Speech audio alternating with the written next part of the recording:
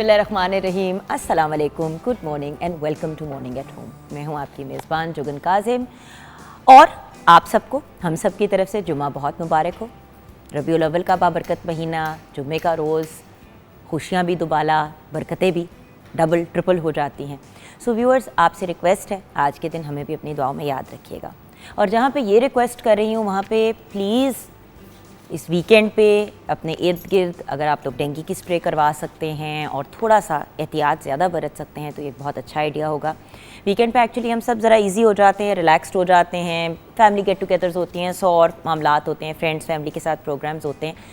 उस दौरान please mosquito repellent का इस्तेमाल करें, एहतियात करें, ख्याल करें। डेंगू काफ़ी फैला हुआ है। अच्छा, जहाँ पे डेंगू फैला हुआ है वहाँ पे आई इन्फेक्शन भी बड़ी कॉमन है। मैं कल पढ़ रही थी, बहुत सी सोशल मीडिया पे पोस्ट्स लगी हुई थी कि भाई डेंगू के लोगों को आई इन्फेक्शंस हो रही हैं और आई इन्फेक्शन से बचने का तरीका क्या है, और मतलब काफ़ी ये वाली बात भी चल रही है। तीसरा जो एक इशू है वो है खांसी ज़ुकाम और गले के जो लोगों को प्रॉब्लम्स हो रहे हैं, बट ज़्यादातर रनी रोज़ की बहुत ज़्यादा प्रॉब्लम हो रही है।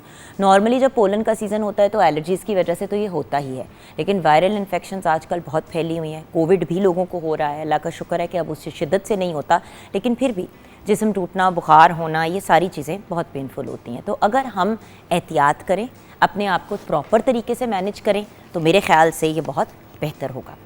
आज जहाँ हेल्थ की बात करें यहाँ वहाँ पे व्यूअर्स, आज एक बहुत बड़ा दिन भी मनाया जा रहा है, इंटरनेशनल वेलफेयर कैंसर डे। इसको बाय द वे इस स्पेसिफिक दिन को इंटरनेशनल वेलफेयर कैंसर डे के साथ साथ वर्ल्ड रोज़ डे के नाम से भी जाना जाता है। ये 22 सितंबर के दिन मनाया जाता है और बेसिकली इस दिन की सिग्निफिकेंस या थीम है to bring hope and happiness to cancer patients. Viewers देखिए, कैंसर एक बहुत ही अजियतनाक बीमारी है, चाहे बच्चों को हो, एडल्ट्स को हो, बुज़ुर्गों को हो, यूथ को हो। एक बहुत पेनफुल बीमारी है और उसका इलाज बहुत तकलीफ़देह है, क्योंकि कुछ बीमारियां होती हैं जब आप इलाज करा रहे होते हैं तो आपको थोड़ी रिलीफ मिल जाती है। कैंसर का इलाज, जिसको हम कीमोथेरेपी भी कहते हैं, रेडिएशन तो फिर भी थोड़ा एक काबिल बर्दाश्त सिचुएशन होती है, लेकिन जब कीमोथेरेपी चल रही होती है, चाहे आप ओरली ले रहे हो या आप ड्रिप्स के थ्रू ले रहे हो, तो वो उससे वॉमिटिंग होती है, तबीयत ख़राब होती है, बाल आपके सारे गिर जाते हैं। वो एक इमोशनली और साइकोलॉजिकली और फिज़िकली बड़ा ट्रॉमेटिक एक्सपीरियंस होता है। सो आज के दिन को मनाया जा रहा है। आज के दिन की मुनासबत से हम अपने अगले सेगमेंट में बात भी करेंगे। अच्छा, इसको वर्ल्ड रोज़ डे क्यों बुलाया जाता है?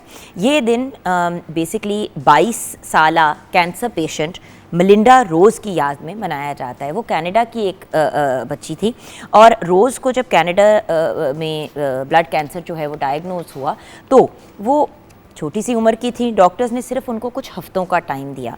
अच्छा, उस टाइम पीरियड के अंदर रोज़ ने बहुत सी नज़में लिखी, ख़त लिखे, दूसरे कैंसर पेशेंट्स से बातें करके मेमोरीज़ क्रिएट की। वेलफेयर कैंसर डे की स्टार्टिंग में ये एक ऐसा दिन था जिसमें कैंसर के मरीज़ों के लिए इमदाद की अवेयरनेस क्रिएट की जाती थी कि अगर कोई फाइनेंशियली सपोर्ट करना चाहता है तो वो कर सकता है। उसके साथ साथ लोगों ने ये भी रियलाइज़ किया कि सिर्फ कैंसर के इलाज के लिए पैसे की बात नहीं है, बट उनको एक्चुअली इमोशनल इमदाद की भी ज़रूरत है, यानी कि कोई एंटरटेनमेंट, कोई हल्ला गुल्ला, कोई पॉजिटिव चीज़ें। क्योंकि जो इंसान इस तकलीफ़ से गुजर रहा होता है, स्पेशली बच्चे, ना वो पार्क जा सकते हैं, ना वो उछल कूद सकते हैं। सो कैंसर का रेशियो और रेगुलर बेसिस बहुत बढ़ता चला जा रहा है। बच्चों में जो कैंसर ज़्यादा कॉमन होता है उसको लुकीमिया भी कहते हैं या ब्लड कैंसर कहते हैं, उसके वेरियस डिफरेंट फॉर्म्स आ गए हैं। बड़ों में अगर बात करें तो breast cancer, kidney cancer, cervical cancer, prostate cancer, thyroid cancer, skin cancer, lung cancer जैसी बहुत से कैंसर्स जो हैं वो आजकल बहुत ज़्यादा आम हो गए हैं। और आप सोचें, और मेलिंडा रोज़ का मैंने 22 कह दिया गलती से, sorry, she was 12 years old, 12 साल बच्ची थी वो। और 12 साल की बच्ची ने सोचें कि कितने पॉजिटिव स्टेप्स उठाए। मतलब उसके पास कुछ हफ्ते थे जीने के लिए। उस बच्ची ने उस टाइम को ऐसे यूटिलाइज़ किया कि उसने अवेयरनेस भी क्रिएट की, एक दिन भी क्रिएट किया गया उसके नाम पे, और उसके साथ साथ उसने कैंसर पेशेंट्स के बारे में लोगों को अवेयरनेस दी कि भाई वो इस चीज़ से गुजरते हैं, उनकी स्टोरीज़ ऐसी हैं, और फिर प्यारी प्यारी मेमोरीज़ क्रिएट की ताकि लोग रियलाइज़ करें कि यार एक कैंसर पेशेंट एक पेशेंट है और वो कैंसर सर्वाइवर भी बन सकता है, लेकिन वो पूरी जर्नी बड़ी मुश्किल होती है। उसमें हेल्प एंड सपोर्ट एक बड़ा इम्पॉर्टेंट एलिमेंट होता है। कैंसर क्योंकि एक काबिल इलाज बीमारी है तो एक इम्पॉर्टेंट चीज़ याद रखनी बड़ी ज़रूरी है कि अर्ली डिटेक्शन, यानी कि सही टाइम पे तशख़ीस करना एक बड़ा इंपॉर्टेंट एलिमेंट है। बच्चों में तो फिर भी रिकवरी हो जाती है, टाइम भी अगर लेती है तो बच्चों का इम्यून सिस्टम स्ट्रांग होता है, वो एक फिर भी मैनेजेबल चीज़ हो जाती है, लेकिन फिर भी बहुत से बच्चे इस दुनिया से रुखसत हो जाते हैं because of cancer. So cancer के बारे में अवेयरनेस, कैंसर के बारे में जानना, अगर आप इमदाद कर सकते हैं फाइनेंशियली करें, अगर आप इमोशनली सपोर्ट कर सकते हैं। देखिए हम सब की फैमिली में कोई ऐसा बंदा जान पहचान में होता है जो इस बीमारी में मुब्तला है, उनको जाके मिलना, उनसे बातें करना, उनको एंटरटेन करना, लेकिन जब भी किसी ऐसे शख्स से मिलने के लिए जाना तो इस चीज़ का ख़ास ख्याल रखना कि आपने अपनी हाइजीन, सफाई, आपके हाथ क्लीन है और आपने अपने मुंह पे मास्क पहना हुआ है, ताकि आप उनको और मज़ीद एक्सपोज ना करें किसी बीमारी से। क्योंकि कैंसर पेशेंट का जब इलाज चल रहा होता है या अदरवाइज़ भी उनका इम्यून सिस्टम यानी कि क़ुव्वत मुदाफ़ियत ऑलमोस्ट ज़ीरो पे होती है, तो उनको बहुत ख़ास तरीके से हैंडल करना होता है। एंड देन ऑफ कोर्स उनको नफ्सियात के पॉइंट ऑफ व्यू से भी बड़ी सपोर्ट की ज़रूरत होती है। सो इससे रिलेटेड हम अभी बात करेंगे। 042992000648 पे आप कॉल कर सकते हैं। मॉर्निंग एट होम हमारा फेसबुक का पेज है। आइए किचन की तरफ बढ़ते हैं, जहाँ पे शेफ़ कोमल मलिक हमारे साथ हैं। अस्सलाम वालेकुम कोमल। अस्सलाम, कैसी हैं आप?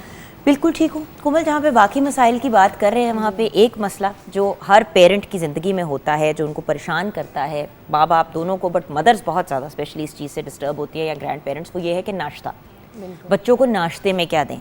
बच्चे एक तो कोई चीज़ खाते नहीं हैं, और अगर उनको खिलाने की भी कोशिश करें तो अनहेल्दी चीज़ों की तरफ लोगों का रुझान हो जाता है। लेकिन हर रोज़ के इस चैलेंज का हमने एक बड़ा सिंपल सा सोल्यूशन ढूंढ लिया है, जिसका बड़ा ही प्यारा और सिंपल सा नाम है, वो है नूरपुर। जी हाँ, नूरपुर ने कुछ ऐसे प्रोडक्ट्स क्रिएट किए हैं, उनका नया ऐड भी चल रहा है, वो ऐड भी बड़ा खूबसूरत है, बड़ा मज़े का है। और जो नई पैकेजिंग है, ये देखिए कितनी खूबसूरत नई पैकेजिंग है। अब देखें ना, जब आपके पास दूध, क्रीम, बटर, ये सारी चीज़ें आ जाती हैं तो नाश्ता बहुत आसान हो जाता है बनाना, राइट? सो आप भी नूरपुर के साथ जो है आप ट्राई करें नूरपुर और बदलें अपना ब्रेकफास्ट, ताकि हम माओं की सुबह बना सकें आसान। एंड नूरपुर यही चाहता है कि माओं की सुबह आसान हो जाए। बट इन जनरल नूरपुर के तो प्रोडक्ट्स ऐसे जो सारा दिन यूटिलाइज होते हैं। आपको पता है हांडियों में भी दूध, क्रीम वगैरह इन चीज़ों का इस्तेमाल होता है, बटर डेली के इस्तेमाल की चीज़ है। तो जब हम अच्छे खालिस प्रोडक्ट्स को इस्तेमाल करते हैं ना, जैसे कि फुल क्रीम मिल्क हो गया, डेयरी क्रीम हो गई, अच्छी क्वालिटी का बटर हो गया, तो फिर तवानाई भी होती है। और उसके साथ साथ बाय द वे आप डिज़र्ट्स तैयार कर सकते हैं, आप मेन कोर्सेज तैयार कर सकते हैं।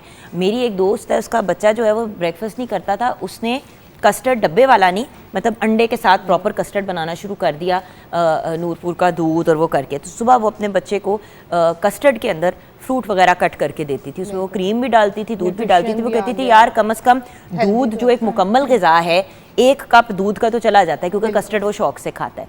मैंने कहा हाँ, लेकिन देखो हेल्थ कहती है, देखो मुझे तो शुगर भी डालने की ज़रूरत नहीं पड़ती, मैं थोड़ी सी अगर जेली उसमें इनकॉर्पोरेट कर देती हूँ तो जेलेटिन भी आपकी बॉडी के लिए बहुत अच्छी होती है। तो हल्की सी शुगर आ जाती है, और मिनिमल शुगर के साथ या शहद डाल के आप फ्रूट्स अगर उसके अंदर डाल दें तो बहुत ही अच्छा ब्रेकफास्ट बन जाएगा। देखिए अंडा ज़रूरी नहीं है नमकीन अंदाज में ही लें, जो बच्चे तंग करते हैं उनके लिए बड़ा अच्छा अल्टरनेटिव है। अच्छा, आप क्या बना रही हैं? मैं नूरपुर का फ्रूट कस्टर्ड बना रही हूँ। वंडरफुल। और उसके लिए इंग्रेडिएंट्स चाहिए कस्टर्ड आधा किलो, नूरपुर मिल्क 1 लीटर, चीनी आधा कप, जेली सुर्ख 1 पैकेट, जेली हरी 1 पैकेट, सादा केक 1 अदद, Nurpur cream 1 cup, fruit cocktail 300 gram, फल हस्बे ज़रूरत।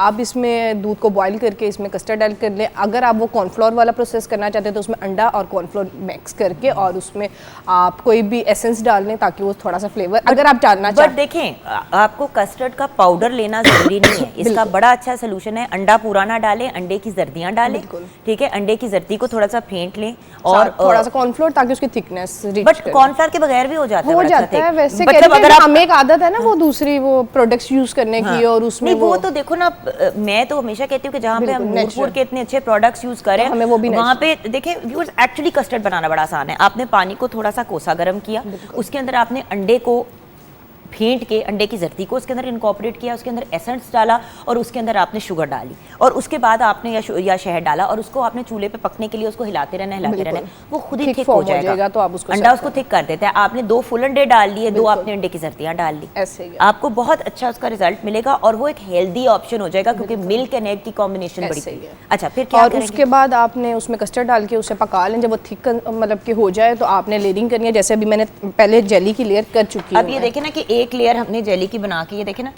ये डन है। राइट। सो अब ये इसके जेली की ऊपर मैं कस्टर्ड की एक लेयर डालूंगी, उसके बाद मैं केक की एक लेयर डालूंगी। अब जो भी फ्रूट सीजनल चल रहे हैं, क्योंकि अब भी थोड़ा सा मौसम ऐसा है कि उसमें स्ट्रॉबेरीज और वो नहीं आ रही हैं, तो आपके पास जो सीजनल फ्रूट्स हैं आप वो डालें। अगर आप कॉकटेल डालना चाहते हैं तो इट्स योर चॉइस।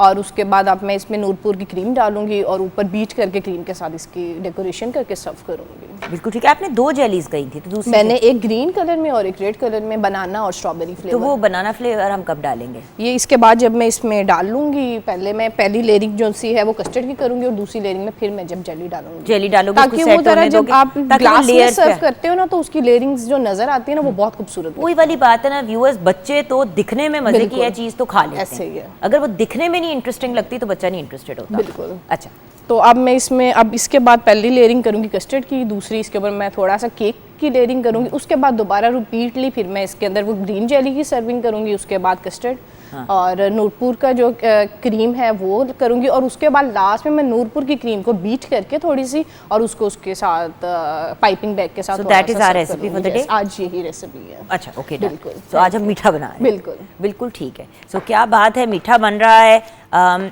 तो मीठे बनने के साथ साथ एक मीठी सी पर्सनैलिटी, एक बहुत ही प्यारी पर्सनैलिटी को हम याद कर रहे हैं।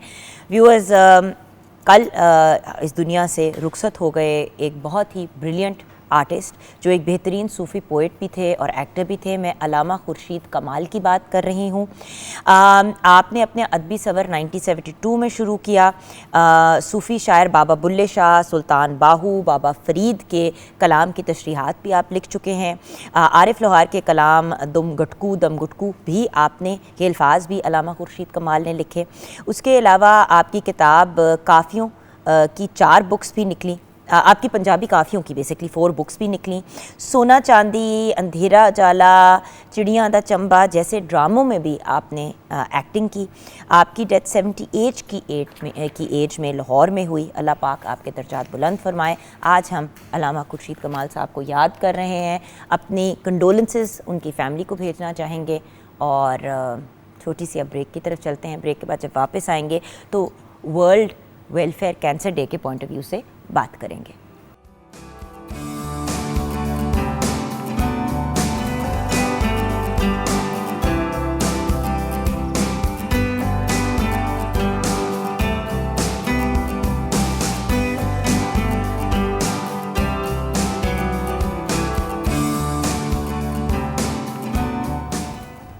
Welcome back from the break viewers. बच्चों को अगर कुछ होता है ना, आपको भी पता है, मुझे भी पता है कि वो कहते हैं ना पंजाबी में त्राही निकल जाता है। इंसान को समझ ही नहीं आती कि इंसान क्या करे। ज़रा सा ज़ुकाम खांसी बच्चे को होती है तो इंसान लिटरली जो है ना वो उसके हाथ पाँव ठंडे हो जाते हैं और समझ नहीं आती कि क्या करे। तो आप सोचें कि व्यूअर्स, जिनके बच्चों को खुदा न खास्ता, अल्लाह माफ़ी दे, मेरे मुँह में खाक, कैंसर डायग्नोज हो जाता है, उन पेरेंट्स का क्या हाल होता होगा, उस माँ का क्या हाल होता होगा, उस बाप का क्या हाल होता होगा जो अब एक लाइफ टेकिंग, ये लाइफ थ्रेटनिंग नहीं है बीमारी, ये तो लाइफ टेकिंग बीमारी है। और ओल्डर जनरेशन में तो जब हम कैंसर का सुनते हैं तो हम यही सोचते हैं कि बस जी अब गए। लेकिन अल्लाह का ख़ास करम है कि बच्चों में अगर खुदा न खास्ता कैंसर डायग्नोज हो, specially blood cancer, mostly treatable होता है। बट वही वाली बात होती है ना व्यूअर्स, राइट टाइम पे पकड़ें, सही चीज़ें करें। तो एक बहुत ही प्यारी पर्सनैलिटी हमारे साथ हैं। डॉक्टर साहब जो हैं वो पीडियाट्रिक हीमेटोलॉजिस्ट ऑन्कोलॉजिस्ट हैं। आप हेड करते हैं department of bone marrow transplant at children's hospital Lahore. और आपको पता है व्यूअर्स कि चिल्ड्रंस हॉस्पिटल से तो वैसे ही मेरा भी बड़ा ख़ास प्यार है और सबका ही बड़ा ख़ास प्यार है, बिकॉज चिल्ड्रंस हॉस्पिटल जो इतना खूबसूरत काम कर रहा है उसकी हम जितनी भी तारीफ़ करें कम है। बिकॉज मैंने पर्सनली अपनी आंखों से जाके देखा है, ये डॉक्टर सुबह, दोपहर, शाम, रात, सुबह के 3 बजे एक कॉल पे भागे हुए आते हैं। And literally it's like a जहाद, क्योंकि जिस तरीके से ये डॉक्टर्स अपने पेशेंट्स का ख्याल रखते हैं और बच्चों को, और सिर्फ पेशेंट का ख्याल नहीं रखते, उन बच्चों को हंसाते हैं, उनको मुस्कुराते हैं, उनको एंटरटेन्ड भी रखते हैं ताकि उनकी तकलीफ़ कुछ कम हो जाए। और ये कोई आसान काम नहीं है अपने इतने प्रोफेशन काम को साथ करते हुए। डॉक्टर सईद नासिर अब्बास हमारे साथ हैं। अस्सलाम वालेकुम डॉक्टर। वालेकुम अस्सलाम। डॉक्टर साहब, आप वो अल्लाह ताला के फ़रिश्ते हैं जो दुनिया में अल्लाह मियाँ ने एक वसीले के तौर पे भेजा हुआ है लोगों के लिए आसानी पैदा करने के लिए। मैं तो हमेशा डॉक्टर्स को चाहे हम डर्मेटोलॉजिस्ट से भी बात करें, मैं हमेशा कहती हूँ कि ये लोग जन्नती हैं क्योंकि इन्होंने अपनी लाइफ डेडिकेट कर दी है अपने पेशेंट्स की ज़िंदगी को आसान करना। स्किन की भी अगर हम बात करें तो डॉक्टर साहब ज़रा सा स्किन की रैश हो जाती है, अगर फॉर एग्जांपल आपको शिंगल्स हो जाए, चीखें निकल जाती हैं, कपड़े नहीं आपके जिस्म को लग सकते, तो आप सोचे कि हम तो मतलब ऐसे देखिए बीमारी कोई भी हो, आपके पास ना आपको अच्छी गाड़ी अच्छी लगती है ना अच्छा घर अच्छा लगता है, अगर कोई भी बीमारी है तो बीमारी से जब तक छुटकारा ना पाया जाए तो कुछ अच्छा नहीं लगता। अच्छा डॉक्टर साहब, आज के दिन के पॉइंट ऑफ व्यू से मैं बात करना चाहूँगी, लेकिन हमारे बड़े दो खास हमारे 4 बड़े ख़ास गेस्ट आए हुए हैं, मैं उनका इंट्रोडक्शन ज़रूर करना चाहूँगी। व्यूअर्स, 2 बाहिम्मत बाप और इनकी मदर्स को भी बच्चों की हम खराज तहसीन पेश करना चाहेंगे। वो आज शो पे नहीं आई, लेकिन हम उनको बहुत प्यार, बहुत दुआएं देना चाहेंगे और इनके पूरे ख़ानदान को, क्योंकि जब बच्चा बीमार होता है ना व्यूअर्स, वो सिर्फ एक किसी बंदे की जिम्मेदारी नहीं रहता, फिर पूरा ख़ानदान जो है वो उस बच्चे के ऊपर टोटल फोकस करना शुरू हो जाता है। और ये पाकिस्तान में रहने की एक खूबसूरत बात है, लेकिन तकलीफ़ तो तकलीफ़ है, चाहे 10 लोग साथ सपोर्ट में खड़े हों या एक बंदा खड़ा हो। हमारे साथ सईद आरिफ हैं, जिनके बेटे यूसुफ सईद कैंसर सर्वाइवर हैं माशाल्लाह से, इनका ब्लड कैंसर डायग्नोज हुआ था। अस्सलाम वालेकुम। जी वालेकुम सलाम। हमारे साथ अदनान अली हैं, एक बहुत ही प्यारे और बाहिम्मत बाप, जो अपने बेटे मोहम्मद इब्राहिम को हमारे साथ लेके आए हैं, जो 3 साल के हैं और इनको AML type of blood cancer diagnose हुआ था। अस्सलाम वालेकुम। वालेकुम सलाम। सबसे पहले तो आप दोनों को अल्लाह ताला ज़िंदगी दे, सेहत दे, जिस दिलेरी से आप लोग लड़े हैं, क्योंकि ये एक लड़ाई है, ये एक जंग है, और जंग बच्चा लड़ रहा होता है, और ये वो वाली चीज़ होती है कि बच्चा हमारा गिलास भी पानी का लेने के लिए जाता है तो हम भाग के पकड़ लेते हैं कि कहीं गिर ना जाए, उसको चोट ना लगे। ये तो एक ऐसी चीज़ है जिससे बच्चे ने ही गुजरना है। बिल्कुल। बाप कीमो नहीं लगवा सकता, बाप रेडिएशन नहीं करवा सकता, बाप के ब्लड टेस्ट नहीं हो सकते, बिकॉज उसका कोई बेनिफिट नहीं है। बिल्कुल। और छोटे से बच्चे की ब्लड भी निकलवाना हो तो मुझे पता है ना, मेरे अपने भी माशाल्लाह 3 बच्चे हैं, 2 मेरे स्टेप किड्स हैं, तो मैं जब किसी का ब्लड टेस्ट भी निकल रहा था, चीखें निकल जाती हैं। मैं सलूट करती हूँ आप दोनों भाइयों को, अल्लाह आपको ज़िंदगी दे, सेहत दे, और इसी तरह आपको अपने बच्चों के सर पे सलामत रखे। आमीन। आपकी कहानियों की तरफ हम आएंगे, लेकिन डॉक्टर साहब आज के दिन के बारे में हमें बताएं और इन सर्वाइवर्स को, इन हीरोज़ को बनाने का रीज़न बताएं। जी देखिए, आपका आज वर्ल्ड रोज़ डे है। रोज़ डे आपको मालूम है कि कनाडा की एक बच्ची थी मेलिंडा रोज़, जिसकी 1996 के अंदर कैंसर हुआ, और वो उसने बड़ी फ़ाइट ली, उसकी बड़ी फ़ाइट की। अनफॉर्चुनेटली वो कामयाब ना हो सकी, और उसको कुछ हफ्ते ही दिए थे डॉक्टर्स ने। मगर उसने जिस बाहिम्मत तरीके से अपने उस टाइम को गुजारा, उस लिए पूरी दुनिया रोज़ डे के नाम से आज के 22 सितंबर को मना रही होती है। तो उसका एक पैगाम जो था पूरी दुनिया में चला गया कि फ़ाइट करें और कामयाबी मिल सकती है। ठीक है, उसको नहीं मिली, मगर बहुत सारे बच्चे, स्पेशली बच्चों के अंदर, जिस तरह आपने बात की कि बच्चों के अंदर जो कैंसर्स है वो मोर देन 90% काबिल इलाज है। काबिल इलाज है, और व्यूअर्स मोस्टली वापस नहीं आता जी, कभी कभार कोई इक्का दुक्का केस होता है, बट मोस्टली वापस नहीं आता। इसलिए ये नहीं है कि बहुत लोग ये भी सोचते हैं ना कि हम इलाज करा लेंगे फिर वापस आ जाएगा, ये बड़ों वाला मसला नहीं है। क्योंकि बड़ों के अंदर जो देखें, बड़ों के अंदर प्रॉब्लम्स और हैं। बड़ों के अंदर वक्त गुजारने के साथ साथ जब हमारी ज़िंदगी गुजर रही होती है, हमारे किडनीज़, लंग्स, लिवर, हर चीज़ ज़ाहिरी बात है, हम खाना पीना चीज़ें टॉक्सिटीज़ की वजह से उस पर इफेक्ट होता है। बच्चों में हर चीज़ 0 मीटर से, हर चीज़ न्यू है, तो बहुत अच्छा टॉलरेट करते हैं उन्होंने। और उनकी जो कीमोथेरेपी हम लोग प्लान करते हैं या मेडिसिन प्लान कर रहे होते हैं, ये सोच कर प्लान कर रहे होते हैं कि उन्होंने 100 साल गुजारने हैं इंशाल्लाह, जितनी उनकी लाइफ है उन्होंने नॉर्मल गुजारनी है, किसी किस्म का ऑर्गन डैमेज वगैरह उन्हें ना हो। तो बच्चों में सर्वाइवल अल्लाह का शुक्र है बहुत अच्छा है, और इसीलिए ये हमारे दोनों बच्चे माशाल्लाह माशाल्लाह व्यूअर्स बिल्कुल कैंसर फ्री हैं, अल्लाह का शुक्र है। और व्यूअर्स मेरी आपसे एक रिक्वेस्ट है, इन बच्चों का नाम लेके आपने अपनी दुआओं में ज़रूर याद रखना है। आज जुम्मे का दिन है, बस ये दुआ करनी है कि अल्लाह ताला इनको लंबी सेहत वाली, खुशियों से भरी, अच्छी किस्मत वाली ज़िंदगी अता करे, और आगे जाके मज़ीद इनको और इनके ख़ानदान को किसी तकलीफ़ को बर्दाश्त ना करना पड़े, क्योंकि ये इतनी बड़ी आजमाइश है भैया। आप पहले ही गुजर चुके हैं ये लोग, पहले ही बड़ी आजमाइश में से गुजर चुके हैं, और कोई आजमाइश नहीं होनी चाहिए। तो ये हमारी अल्लाह से दुआ भी है और हमारी कोशिश भी यही होती है। तो इसलिए ये इस डे का मकसद तो ये वाला मकसद है। इन बच्चों को बुलाने का मकसद जो था वो यही था कि अगर किसी की फैमिली में डायग्नोज हो जाए तो 2-3 हमें बड़ी प्रॉब्लम्स फेस करनी पड़ती हैं। एक तो ये लोग कहते हैं इलाज कराने का फ़ायदा क्या है, फ़ायदा तो कोई होना नहीं है बच्चों ने, या किसी ने ठीक तो होना नहीं है कैंसर से। इनको लाने का मकसद, इनसे रिक्वेस्ट करने का मकसद यही था कि आके बताएं कि अगर पेरेंट्स और बच्चा हिम्मत करता है तो वो नॉर्मल ज़िंदगी गुजारता है। माशाल्लाह यूसुफ स्कूल जा रहा है, अब दो जो छोटे मियाँ हैं वो भी देख रहे हैं माशाल्लाह, ही इज़ एक्टिव, इंशाल्लाह उनकी भी स्कूल जाने की तैयारी हो रही है। तो इंशाल्लाह भी नॉर्मल ज़िंदगी लाना चाहता हूँ। डाल दे स्कूल में, मैंने भी नूर को डाल दिया, वो 3 साल की। अभी ये खुद बोलता है कि मैंने स्कूल जाना है, तो स्कूल के गेट से जाता है, वापस आ जाता है तो रोने लग जाता है, मेरा दूसरा बड़ा भाई जा रहा है, मैं क्यों नहीं वो जा मेरा रहा। भी घर पे यही सियाप है। वो हसन को देख देख के नूर कहती है कि मामा मामा स्कूल, अच्छा स्कूल शुरू कर दिया, अब हर रोज सुबह नो कूल नो कूल मामा। तो लेकिन दो चीज़ें जो अभी आप इनसे भी पूछेंगे, जो ये बताएंगे और हम भी, कि वक्त पे आ गए, वक्त पे पहुंचे। अच्छा डॉक्टर साहब यहाँ रुक जाए, जी इसकी तरफ मैं वापस आऊंगी। Yes. आपकी इजाजत से इन दोनों हीरोज जो हमारे साथ बैठे हुए हैं इनकी स्टोरी सुन लेते हैं। Yes sure. ठीक है, सबसे पहले सईद भाई आप बताइए, शुरू से मुझे बताइएगा हुआ क्या, कैसे आपको खदशा हुआ? क्योंकि देखिए ना, छोटे बच्चों में व्यूअर्स इन्फेक्शंस, खांसी, जुकाम, बुखार एक बड़ी नॉर्मल चीज़ है।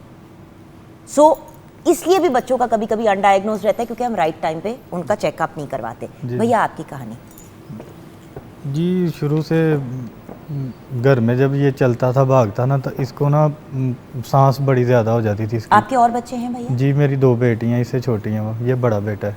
अच्छा छोटी जी हैं। एक 5 साल की, एक 2.5 साल की, ये माशाल्लाह 9 साल का 9 हो गया। साल का। 5 साल का था जब इसको मसला हुआ था।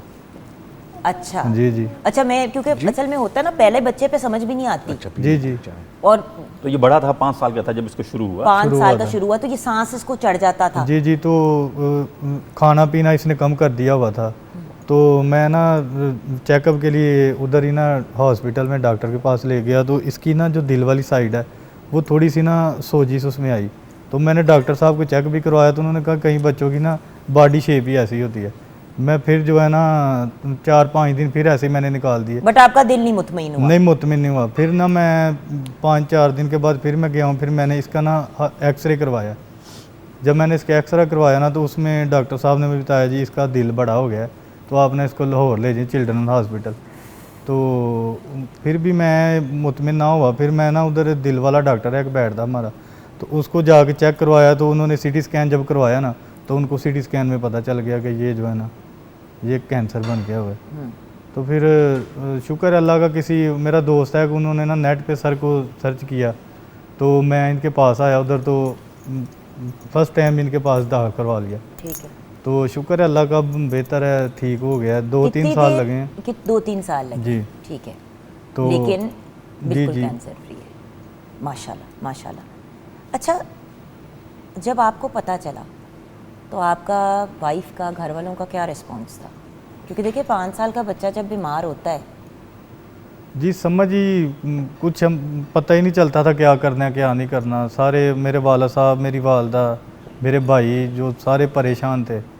तो बस ऐसे ही परेशानी में ही इधर लाहौर आए हैं। 1-2 दफ़ा ना किसी डॉक्टर साहब के चेक भी करवाया, तो वो इतना जो है ना कोई किसी ने हमें नहीं किया कि बच्चा ठीक हो जाएगा, नहीं होएगा।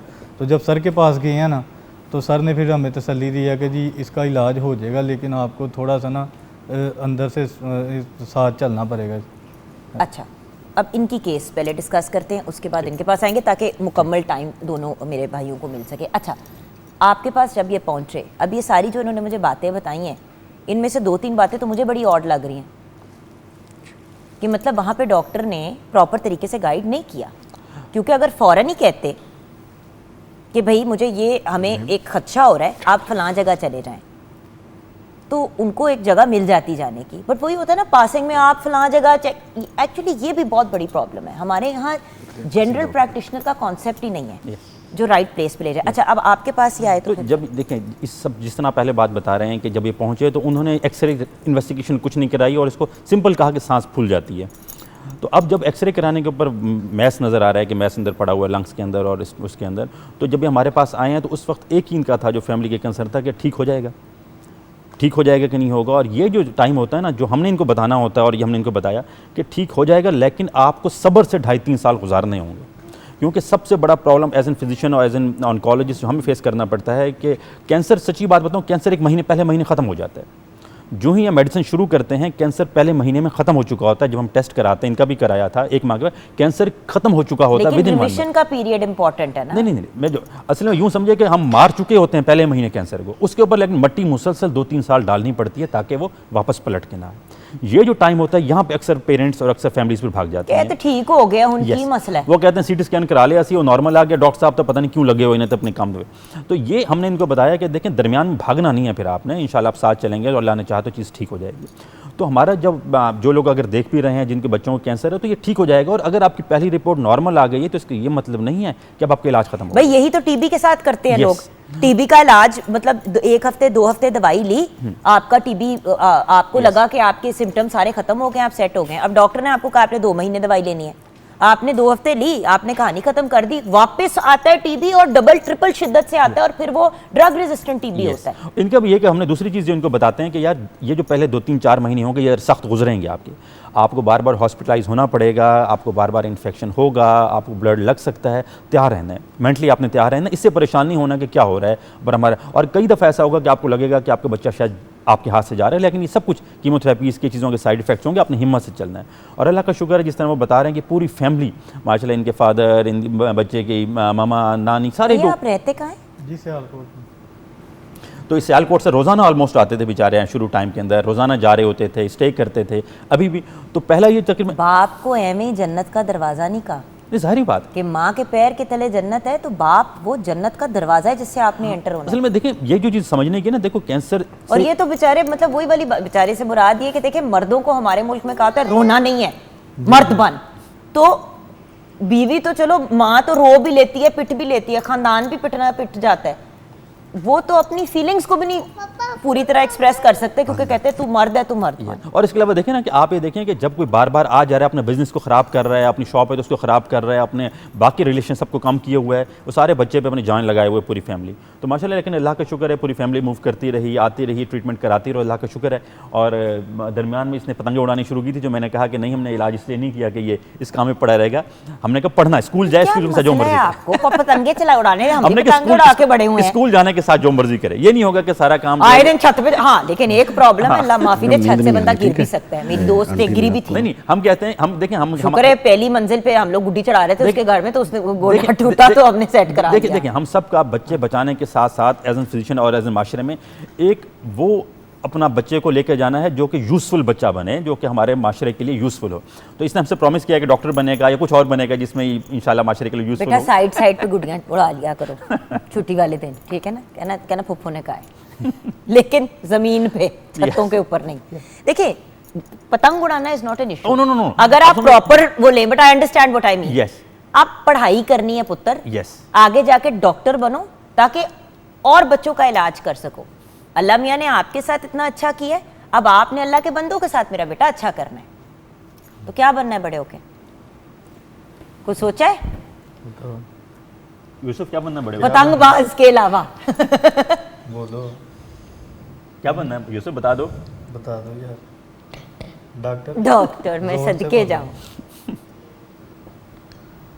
बिल्कुल सही है, हमारा बेटा डॉक्टर, भाई जो भी बने बेहतरीन बने, माशरे के लिए यूज़फुल रहे, यूजफुल के लिए Yes. बने, माशरे के लिए। अच्छा अदनान भाई, वो आपकी कहानी क्या है? हम जो है ना बेसिकली पिंडी भटियाँ से आगे हमारा सिटी है जलालपुर भटियाँ, और उससे आगे हम विलेज से बिलोंग करते हैं, गांव से। तो जब इसको पहली दफ़ा ये मसला बना तो इसको फ़ीवर बहुत ज़्यादा था। फ़ीवर इतना था कि 103-104 पे फीवर इसका चला जाता था। उधर गांव में तो रात के टाइम तो ना डॉक्टर मिलते थे, ना कोई दूसरे हॉस्पिटल वगैरह खुले होते थे। तो 2-3 दिन तो हमने उधर से मेडिसिन इसकी ली कि इसको चलो आम जो फीवर होता है वो देखिए आराम क्योंकि आ जाता डॉक्टर्स है। भी पीडियाट्रिशियन भी यही कहते हैं कि बिल्कुल। पहले 2-3 दिन आप सिर्फ जो दवाई है पैरासीटामोल या आइबुप्रोफेन तो उनमें से कोई दें और सेटल करें। फिर वो फीवर इसका मसलन 1-2 दिन काम हुआ, उसके बाद फिर इसको फीवर जो है ना वो काम भी नहीं हो रहा था दवाई लेने के बावजूद भी। तो फिर हम इधर लाहौर आए, लाहौर में आके इधर हमने किसी और डॉक्टर से मिले जो इसका पहले से जो डॉक्टर मौजूद है, जो जिससे हम और दवाई ये लेते अभी थे। साल के थे? उस वक्त ये तकरीबन 1.5 साल के थे। 1.5 साल के। तो वो उन्होंने टेस्ट वगैरह किए तो उन्होंने बोला कि इसके अंदर इन्फेक्शन जो है ना बहुत ज़्यादा आ रहा है, वाइट सेल जो है ना वो ऊपर चले गए हैं। और प्लेटलेट कम है। उस वक्त डेंगू भी बहुत ज़्यादा आम हुआ था। खदशा ये था शायद इसको डेंगू हो गया। यही तो प्रॉब्लम है आजकल सबसे बड़ी, डेंगू, कोविड, इन सब चीजों की वजह से टाइफाइड समझ ही नहीं वगैरह आती सब कि कुछ, किसी को बिल्कुल, क्या ऐसे- हुआ है। मैं ऐसे। खुद इस चीज पे हम बहुत परेशान होते हैं घर में बच्चों के साथ। अच्छा फिर तो फिर वो रिपोर्ट्स वगैरह कराई, डेंगू भी पॉजिटिव आ गया। प्लेटलेट ज़ाहिर बात है कम हुए थे, उन्होंने तो डेंगू पॉजिटिव भी करना था ना, तो फिर मेडिसिन इधर भी लगवाई, नहीं आराम आया।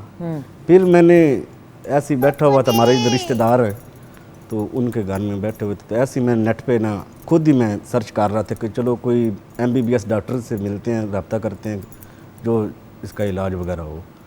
तो ऐसे ही बस डॉक्टर नासिर बुखारी साहब का आगे से कॉन्टैक्ट नंबर मिला है, वो रब्ता किया तो उन्होंने बोला नेशनल हॉस्पिटल में ये बैठते हैं, आप इनसे जो ना मिल लें। इनसे पास आए थे तो उस वक्त इन्होंने भी यही बोला कि इसको ना ये मुझे लग रहा है टेस्ट के हिसाब से तो ये कैंसर की तरफ जा रहा है, अगर इसकी किस्मत अच्छी है तो ये वापस मसलन इस इंजेक्शन वगैरह हम देते हैं तो वो आराम आ जाएगा। फर्स्ट स्टेज यस, अल्लाह ये फर्स्ट सॉरी कंप्लीट कर लें, मैं बताता हूँ। तो Pre-cancer। अगर ये फीवर कम हो जाता है, अगर वो इन्फेक्शन कम हो जाता है तो फिर तो ठीक है, वरना मुझे ये कैंसर की तरफ लग रहे हैं। तो उस वक्त तो बड़ी परेशानी बन गई कि हमारी तो 7 नस्लों में भी इस तरह का नहीं सुना हुआ था कि कैंसर जो है वो बच्चों को, इतना छोटे बच्चे से हो जाता है। चलो बड़ों का तो हो जाएगा, तो बंदा समझ जाता है कि जी है भी बाबा का लाडू बच्चा ना। लाडा बहुत जो ये इसका इलाज भी 6 माह चला है और मैं नहीं करवाया है। अच्छा इस पे हम बात करेंगे, आपकी इजाज़त से यहाँ से हम बात शुरू करेंगे। वो बाबा का लाडू बच्चा जो है ना वो ब्रेक पे जाना चाह रहा है, हम ब्रेक के बाद आएंगे। भैया आपकी कहानी कंटिन्यू करके फिर आप बताएंगे कि इनका क्या केस था, क्योंकि इनका थोड़ा डिफरेंट केस था। इन्होंने बिल्कुल राइट टाइम पे जब आए हैं तो उस बच्चे की ट्रीटमेंट कम हुई, 6 मंथ्स की हुई ना, जी लेकिन वो डिफरेंट था थोड़ा। लेकिन वो डिफरेंट था ना। सो बात ये कि जितनी जल्दी, जितना क्विकली चीज़ को पकड़ेंगे उसका हल उतनी जल्दी मिलेगा। हम ब्रेक के बाद वापस आएंगे, डॉक्टर साहब हमें फिर एक्सप्लेन करेंगे इब्राहिम की कहानी।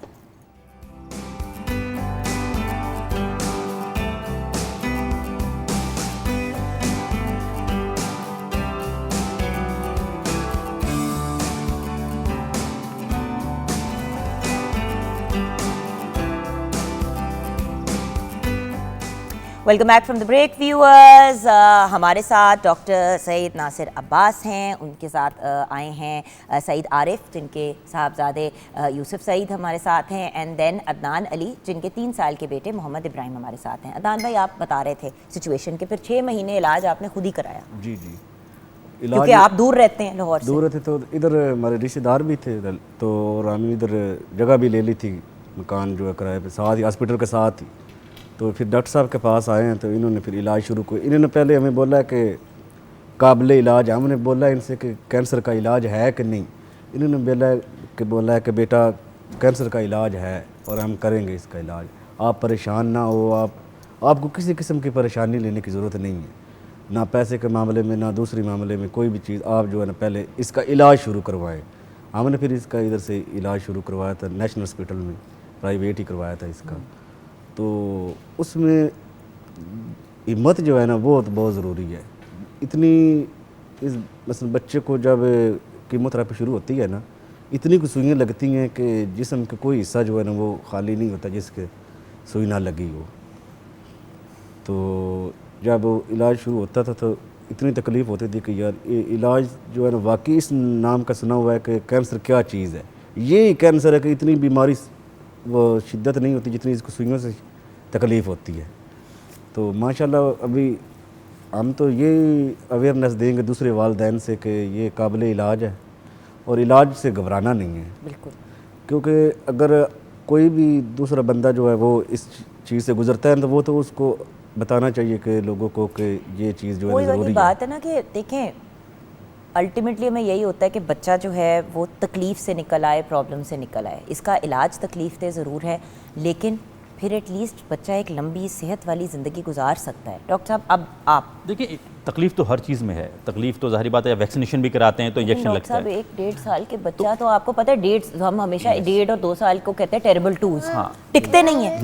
लेकिन देखें अब अल्लाह का शुक्र 6 माह की तकलीफ उसने बर्दाश्त की, नो डाउट बहुत बड़ी तकलीफ है। और आपको जिस तरह बता रहे हैं कि कोई जिस्म का हिस्सा ऐसा नहीं रह गया था, छोटा बच्चा था कि जिस पे उसके इंजेक्शन ना लग रहे हों। तो इसमें ये बच्चा जब हमारे पास आया था, ये इस बच्चे की बात कर रहे हैं, तो ये बच्चा इसमें इसकी तिली बढ़ी हुई थी, इसकी तिली बढ़ी हुई थी और सीबीसी में सिर्फ डब्ल्यूबीसी ज़्यादा थे सीबीसी के अंदर। तो उसको देखकर हमें ज़रा हो रहा था कि डब्ल्यूबीसी ज़्यादा है, इयोसिनोफिल ज़्यादा है, तिली बढ़ी हुई है, तिली बढ़ी हुई है, तो यकीनन ये फिर हमें लग रहा था कि कैंसर है। बहरहाल हमने कंफर्म किया AML है। अब AML जो है, AML ब्लड की वो कैंसर है जो बहुत तेज़ी से फैलता है। AML बहुत तेज़ी से फैलता है। अच्छा, यानी कि इनका बहुत डेंजरस वाला जो बहुत तेज़ी से फैल रहा होता है। ये शुक्र है वक्त पे आ गए थे। और जब AML बहुत तेज़ी से फैल रहा होता है तो इसमें बाज़ औक़ात अक्सर जगह हमें ट्रांसप्लांट करना पड़ जाता है, हड्डी का गुदा ही बदलना पड़ जाता है, तो पूरा हड्डी का बोन मैरो ट्रांसप्लांट, जो बहुत अजियतनाक चीज़ है, लेकिन वो भी काबिल इलाज है, उससे भी डरने की जरूरत नहीं। काबिल इलाज है, लेकिन बहुत पेनफुल है और उसकी तरफ अल्लाह का शुक्र है जाना नहीं पड़ा, क्योंकि वक्त पे आ गए, इलाज फ़ौरन शुरू हो गया, शुरू की स्टेज ही इनको ट्रीटमेंट शुरू हो गई। और अल्लाह का शुक्र है कि जो इनकी AML की टाइप थी, हालांकि AML की टाइप बहुत एग्रेसिव मानी जाती है और माशाल्लाह अब तकरीबन 2 साल होने वाले हैं, माशाल्लाह ही इज़ फाइन। तो चीज़ एक ही है। हमारा मैसेज क्या है? देखिए, हमारा प्रिवेंशन कैसे वो ये है कि बच्चों में कैंसर काबिल इलाज है। बच्चों के कैंसर से मत डरें प्लीज़। बच्चों के कैंसर के लिए देखें, दुआएं कराएं, पीर के पास जाएं, बाबा के, सब कुछ करें, वो आपका अपना है। इलाज ज़ाहिर बात है शिफा अल्लाह की ज़ात ने देनी है, हम किसी से इनकारी नहीं है, मगर इन दवाइयों में भी शिफा अल्लाह ने ही रखी हुई है। हमें जो इल्म दिया ऑनकोलॉजी को भी अल्लाह ने ही दिया हुआ है। तो इलाज ज़रूर जारी रखें, जो मर्जी साथ करते रहें, हमें कोई प्रॉब्लम नहीं है, मगर इलाज करते रहें, वक्त पे इलाज शुरू कर दें। और कभी भी बच्चे के खून की कमी को, स्पेशली रंग पीला होने को इग्नोर मत करें, कभी उसके पेट के फूलने को इग्नोर ना करें। कभी भी जिस्म में अगर दर्द, किसी बच्चे का जिस्म में दर्द, किसी जिस्म के हिस्से का दर्द 1-2 दिन से ज़्यादा मुसलसल चलना शुरू हो जाए, उसे इग्नोर ना करें। लेकिन डॉक्टर साहब देखें ना, अब अक्सर बच्चे टांगों में दर्द की कंप्लेंट करते हैं। मैं वही बताया, मेरे 3 बच्चे जो हैं उन्होंने मतलब रात को कहते थे, नहीं मैंने बात क्या की, मैंने कहा अगर 2-3 दिन मुसलसल दर्द रहे। अच्छा, यानी कि अगर बच्चे रात को कहेंगे टांग में दर्द हो रही है तो इट्स ओके, बट वो अगर वो 4 दिन लगातार चल रही है और दर्द से रिलीफ ही नहीं मिल रहा, यहाँ तक कि आपको मल्टीपल टाइम मेडिसिन, देखें ना, घर में बच्चे होते हैं टांगों में दर्द, आप मालिश करते हैं, पैनाडोल एक दफ़ा दे दी, ठीक हो जाते हैं। वो आयरन की कमी होती है, विटामिन D की कमी होती है। लेकिन अगर कंटिन्यू सुबह दोपहर शाम आपको मेडिसिन देनी पड़ी है, बच्चा दर्द से कह रहा है कि नहीं दर्द ठीक नहीं हो रहा, इन चीज़ों को इग्नोर ना करें। खून की कमी को, जिस्म के दर्द को, कि पेट के फूलने को, किसी किस्म की गिल्टी को, इसको बिल्कुल, और जिस्म पे अगर किसी किस्म के नील धब्बे पड़ना शुरू हो जाएं, इसको इग्नोर ना करें।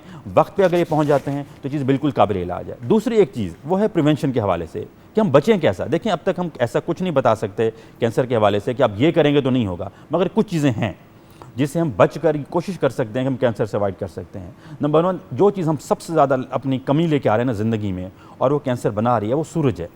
हम लोग सूरज से दूर होते चले जा रहे हैं। हम डे लाइट को यूज़ ही नहीं कर रहे। हमारे घर भी बंद, जहाँ पे सूरज डे टाइम पे भी नहीं आता, और अब हमारी रूटीन इस तरह की बन गई है कि सारी रात जागना और दिन के टाइम सोते रहना। भाई, और दूसरी बात, अब मैंने अपने फॉर एग्जांपल हसन को फुटबॉल में डाला, 6 बजे को शुरू करते हैं फुटबॉल। अब जब कोई ना धूप लगेगी ना कुछ, भाई हम भी धूपों में सड़के बड़े हुए हैं, आप सनब्लॉक लगाएं, ऑब्वियसली बच्चों को कैंसर। नहीं, हम ये नहीं कह रहे कि कम से कम अर्ली मॉर्निंग निकलें। ये जो देखें सनलाइट कुदरत के वो है, देखें अब आप अंदाजा करें कि आप सनलाइट से बिजली बना रहे हैं, दिस इज एनर्जी। जो आपको चीज़ों से, आपको हम सनलाइट को समझ नहीं रहे हैं, हम लोग डे लाइट को यूटिलाइज ही नहीं कर रहे हैं, हम अंधेरों में पड़े हुए हैं। ये चीज़ हमारे जिस्म को ख़राब करती चली जा रही है। दूसरा, प्रोसेस्ड फूड, हम जितनी रिफाइंड शुगर यूज़ किए जा रहे हैं, आटा यूज़ किए, हम जितना भी नेचर के साथ खेल रहे हैं ना, फिर नेचर उसका हमें नुकसान देती चली जा रही है। इन चीज़ों से अगर हम करते हैं, माइक्रोवेव का बेतहाशा इस्तेमाल हम करते जा रहे हैं, हम लोग मोबाइल चीज़ों का इस्तेमाल कर रहे हैं, हम लोग प्रोसेस फूड इस्तेमाल किए चले जा रहे हैं, शुगर का बेदरेग इस्तेमाल किए चले जा रहे हैं, ये चीज़ें फिर हमें हमारे DNA को चेंज कर रही है। मैं आपको इसलिए, मैं क्यों बताना चाह रहा हूँ, ये इसलिए बताना चाह रहा हूँ कि आपको मालूम है कि कुछ AML, मैंने बताया कि AML बहुत कैंसर की सख्त टाइप है, मगर कुछ AML की टाइप्स ऐसी हैं जिनका इलाज ही विटामिन A है। हम विटामिन A उसके ट्रीटमेंट के अंदर देते हैं। यस, मैं वही बता रहा हूँ कि हम जो अपनी खुराक को साथ छेड़खानी कर रहे हैं ना, तो हमारे जिस्म में वो तब्दीलियाँ आ रही हैं जो कैंसर डेवलप करती चली जा रही हैं। अच्छी खुराक रखें, खालिश जितना मुमकिन हो, मल्टीविटामिन बच्चों को देते रहें, अपने बड़ों को देते रहें, और सनलाइट को यूज़ करें, प्रोसेस फूड को कम से कम इस्तेमाल करें, तो इंशाल्लाह हम जितना मुमकिन होगा हम कैंसर से बच सकते हैं। अल्लाह आपको ज़िंदगी दे और सेहत दे डॉक्टर साहब, और आपको इसी तरह एक वसीला बनाए रखे उन लोगों के लिए जो तकलीफ़ में हैं। और दोनों ने जो आपको ये बात की ना, मुझे बहुत अच्छी लगी कि डॉक्टर साहब ने कहा कि मसला होगा, 100 चीज़ें होंगी, मैं संभाल लूँगा, परेशान नहीं होना। अल्लाह की कसम व्यूअर्स, मैं भी कुछ ऐसी चीज़ों से गुजरी हूँ जो मैं नहीं शेयर करती, बट एक बार डॉक्टर आपको कह देता ना मैं संभाल लूँगा, तो आपको लगता है कि जैसे अल्लाह मियाँ ने आपको कोई इंडिकेशन दे दी, it's going to be okay. और अगर खुदा न खास्ता सीरियस सिचुएशन भी है, कोशिश तो करें, चाहे बच्चे की जान के लिए लड़ना है या अपनी जान के लिए लड़ना है, देखिए हमारे साथ वाबस्ता और कनेक्टेड व्यूअर्स बहुत लोग होते हैं, और जब एक बंदा दुनिया से रुखसत हो जाता है वो तो अपने रब के पास वापस चला जाता है। पीछे जो है ना बर्बादी फिर जाती है घरों के अंदर। माँ चली जाए, भाई चला जाए, बाप चली, कोई एक बंदा फैमिली में से चला जाए तो। और छोटे बच्चों का तो व्यूअर्स वैसे ही एक बड़ी एबनॉर्मल सी बात होती है, क्योंकि हम हमेशा अक्सर माँ बाप यही कहते हैं कि भाई हम कभी इमेजिन भी नहीं कर सकते कि हम अपनी औलाद को दफनाएं। हमारी औलाद ने हमें दफनाने, जो एक तरीका है, जो एक सिलसिला है नेचर का। सो व्यूअर्स प्लीज़ नेचर के करीब हों, खुदा न खास्ता कोई इशू हो फ़ौरन मुस्तनिद डॉक्टर से रुजू करें। अगर जैसे कि दोनों भाइयों ने बताया मुतमईन नहीं हैं, एक और डॉक्टर पे जाएं, एक और पे जाएं, एक और पे जाएं, जब तक आपके दिल की आवाज़ आपको ना कहे कि भाई आपने अपना सारा काम कर लिया। वो दिल की आवाज़ भी रब की तरफ से ही होती है, वो आपका गट होता है जो आपको कह रहा होता है कि कीप ट्राइंग। सो अल्लाह सबके बच्चों को, सबके फैमिलीज़ को, माँ बाप को, भाई बहनों को लंबी सेहत वाली ज़िंदगी अता करे, आमीन। डॉक्टर साहब ने जो बड़ी अहम बातें की हैं व्यूअर्स, उन पर ज़रूर तवज्जो दीजिएगा। ब्रेक के बाद वापस आएंगे।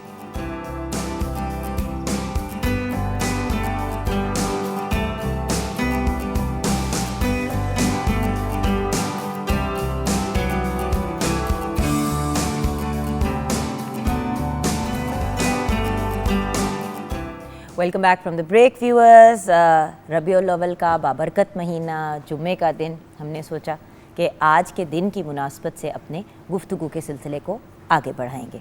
आज हम बात करेंगे फ़तह मक्का पे। हमें गाइड करने के लिए, गाइडेंस देने के लिए दो बहुत ही बेहतरीन पर्सनैलिटीज़ ने ज्वाइन किया है, दो ऐसे स्कॉलर्स और टीचर्स जिनसे हम बहुत बेहतरीन गाइडेंस ले सकते हैं। प्रोफेसर डॉक्टर मोहम्मद साद सिद्दीकी हमारे साथ हैं, हमारे बहुत ही प्यारे डॉक्टर साद, जो हमारे शो का हमेशा से बड़ा इंपॉर्टेंट हिस्सा रहे हैं। और जब से मैंने किसी भी मजहबी ट्रांसमिशन का आगाज़ किया है मैनी ईयर्स अगो, तो डॉक्टर साहब के साथ एक बड़ा ही प्यारा और ख़ूबसूरत साथ रहा है। एक और हमारे बहुत ही प्यारे भाई, like a family, doctor Mohammad Waqqas Jafar भी हमारे साथ हैं, वेरी अकम्पलिश्ड पर्सन, और ऑनलाइन भी इनको बड़े गौर से लोग सुनते हैं। मैं भी इनके अक्सर जो है अपॉर्चुनिटी मिलती है तो यूट्यूब की इनकी बातचीत सुनती रहती हूँ। अस्सलाम वालेकुम डॉक्टर साहब। आप लोगों के साथ हमें ज्वाइन किया है दो इक्वली ग्रेट पर्सनालिटीज़ थे, क्योंकि इनका काम ही इतना ख़ास और इतना अहम है। तो हमारे साथ मोहम्मद वसीम नक्शबंदी हैं, बहुत ही बेहतरीन सनाख्वाह हैं, और अलमास अहमद भट्ट, आप भी बहुत ही बेहतरीन सनाख्वाह हैं। अस्सलाम वालेकुम। वालेकुम अस्सलाम।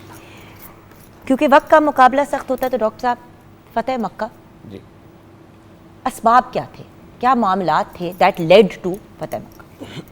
बिस्मिल्लाहिर्रहमानिर्रहीम, नहमदुहु व नुसल्ली व नुसल्लिम अला रसूलिहिल करीम। देखिए, फ़तह मक्का हुआ है सन 8 हिजरी में, और 8 हिजरी से 2 बरस पहले यानी सन 6 हिजरी में सुलह हुदैबिया हुई। कुरैश मक्का के और रसूलुल्लाह सल्लल्लाहु अलैहि वसल्लम के दरमियान एक मुआहिदा हुआ अमन का और जंगबंदी का। कुरान हकीम ने तो उसी को फ़तह मुबीन करार दे दिया था कि ये एक बहुत बड़ी वाज़ेह फ़तह अल्लाह ताला ने इस्लाम को और मुसलमानों को अता फ़रमाई है। उस सुलह हुदैबिया के अंदर मुआहिदे में एक शर्त थी कि अरब कबाइल में से जो कबाइल मुसलमानों के हलीफ बनना चाहें वो मुसलमानों के हलीफ बन जाएं, और जो कुरैश मक्का के हलीफ बनना चाहें वो उनके बन जाएं। और ये भी तय पाया था कि कोई भी किसी के साथ कोई जंग नहीं करेगा। ठीक है, यानी अमन व अमान का जो मुआहिदा है वो न सिर्फ कुरैश मक्का और मुसलमानों के दरमियान है, बल्कि ये तमाम कबाइल जो इसमें मुसलमानों के या कुरैश मक्का के हलीफ बन जाएंगे वो भी इसकी पाबंदी करेंगे। तो बनु बकर हो गए कुरैश मक्का के साथ, और बनु खुज़ाआ हो गए मुसलमानों के साथ। बनु बकर और बनु खुज़ाआ की बड़े अरसे से जंग चल रही थी। मौका पाकर बनु बकर ने बनु खुज़ाआ के ऊपर हमला कर दिया, उनके कई बंदे मार दिए, और रात के वक्त में ये हमला हुआ।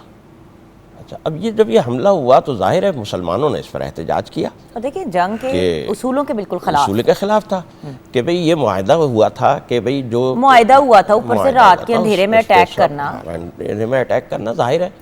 तो उन्होंने एक कासिद भेजा और कहा कि जी ये 3, रसूलुल्लाह सल्लल्लाहु अलैहि वसल्लम ने बल्कि 3 ऑप्शंस भेजी, या तो जो बनु खुज़ा के बंदे तुमने मारे उनकी दियत दो, या उनके ख़िलाफ़ ऐलान जंग करो, उनसे बरात का गैर जिम्मेदारी का इजहार करो, ला ताल्लुक़ी का, या तीसरे नंबर पे मुआहिदा हुदैबिया तोड़ दो।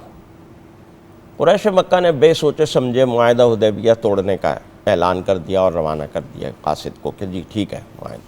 रसूलुल्लाह सल्लल्लाहु अलैहि वसल्लम ने कहा ठीक है, मुआहिदा हुदैबिया ख़त्म हो गया और अब हम फ़तह मक्का की तैयारी कर लेंगे। अच्छा, यहाँ से हम बात को आपकी तरफ डॉक्टर साहब लेके जाएंगे, लेकिन उससे पहले अगर आपकी इजाज़त हो, नबी पाक सल्लल्लाहु अलैहि वसल्लम का जिक्र हो रहा है तो नाते रसूल मकबूल सल्लल्लाहु अलैहि वसल्लम की तरफ बढ़ते हैं, मोहम्मद वसीम नक्शबंदी की तरफ। जी भैया।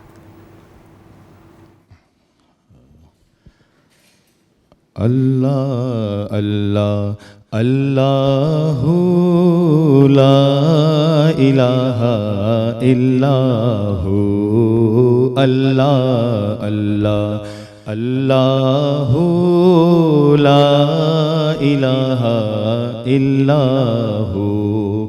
आमीना बीबी के गुलशन में आई है ताज़ा बहार। आमीना बीबी के गुलशन में आई है ताज़ा बहार। पढ़ते हैं सल्लल्लाहु वसल्लम, पढ़ते हैं सल्लल्लाहु वसल्लम, आज दरो दीवार नबी जी। अल्लाह अल्लाह अल्लाहु ला इलाहा इल्लाहु। जिब्रील आए झूला झुलाने, लोरी दे ज़ीशान। जिब्रील आए झूला झुलाने, लोरी दे ज़ीशान। सो जा रहमते आलम, सो जा रहमते आलम, मैं तेरे कुर्बान नबी जी। अल्लाह अल्लाह अल्लाहु ला इलाहा इल्लाहु। 12 रबीउल अव्वल को वो आया है दुर्रे यतीम। 12 रबीउल अव्वल को वो आया है दुर्रे यतीम। माहे रिसालत मेहरे नबुवत, हक का प्यारा हबीब मदनी। अल्लाह अल्लाह अल्लाहु ला इलाहा इल्लाहु। अल्लाह अल्लाह अल्लाहु ला इलाहा इल्लाहु। सुभान अल्लाह, क्या बात है। हमदे बारी ताला की तरफ हमने अपना रुझान किया। वैसे बेहतर है कि हमदे बारी ताला से हमने आगाज़ किया और फिर हम नात की तरफ बढ़ेंगे। जी, तो डॉक्टर साहब इसी बात को आगे बढ़ाते हैं। तो फ़ैसला ये हुआ कि हमने अब फ़तह मक्का की तरफ बढ़ना है, अब हमने ये वाला स्टेप उठाना है, फिर क्या हुआ? बिस्मिल्लाहिर्रहमानिर्रहीम। डॉक्टर साहब ने बड़ा अच्छा आगाज़ कर दिया। यानी कि फ़तह मक्का जो था वो असल फ़तह वो नहीं थी, बल्कि सुलह हुदैबिया असल फ़तह थी। अल्लाह ताला ने इन्ना फ़तहना लका फ़तहन मुबीना, सुलह हुदैबिया को अगर हम देखें तो बहुत सारी चीज़ों को हम इग्नोर कर जाते हैं। सुलह हुदैबिया में बहुत सारे हमारे लिए बहुत सारी नसाइस और बहुत सारी उसके अंदर हमारे लिए असबाक मौजूद हैं। देखिए, ये जो शिकें थी सारी की सारी, वो सारी बज़ाहिर दुनिया के अंदर अगर आप देखा जाए जो कॉन्ट्रैक्ट हो रहा था कुफ़ार के साथ इस्लाम का, वो तो बज़ाहिर ऐसे लग रहा था कि सारी की सारी जो शिकें हैं वो इस्लाम के ख़िलाफ़ जा रही, मुसलमानों के ख़िलाफ़ जा रही। और आप इसका अंदाज़ा लगाइए कि सहाबा कराम में इतनी बेचैनी और एक किस्म का इतना डिप्रेशन था कि जब आका अलैहिस्सलाम ने ये मुआहिदा कर लिया और हुज़ूर अकरम सल्लल्लाहु अलैहि वसल्लम फरमाया आप एहराम खोल दो और कुर्बानी कर दो, 3 दफ़ा आका अलैहिस्सलाम ने ये हुक्म फरमाया और सहाबा पे ये रिक्कत तारी थी, ऐसा अफसोसनाक सूरत हाल थी कि 1400 सहाबा में से कोई नहीं निकला। और फिर उम्मे सलमा रदी अल्लाह ताला अन्हा को आका अलैहिस्सलाम ने फरमाया, उसके जवाब में हुजूर ने फरमाया सल्लल्लाहु अलैहि वसल्लम ने कि या रसूलल्लाह जब आप ये अमल करेंगे ना कुर्बानी का और एहराम खोलेंगे तो सहाबा खुद ब खुद खोल देंगे। यानी ये इतनी बेचैनी और इस्तराब था मुसलमानों में, लेकिन अल्लाह फरमा रहा है कि ये फ़तेह मुबीन है। और उसकी वजह ये है, देखिए कि जब कुफ़ार मक्का के साथ ये कॉन्ट्रैक्ट हो गया तो फिर अल्लाह ताला ने हमें खैबर की फ़तह अता फरमाई है यहूदियों के ऊपर। और फ़तह जो फ़तह खैबर, ये कोई आम फ़तह नहीं है, आप आज का इसराइल कह सकते हैं उसको, जो उस वक़्त खैबर था, तो उसको अल्लाह ताला ने फ़तह फरमाया।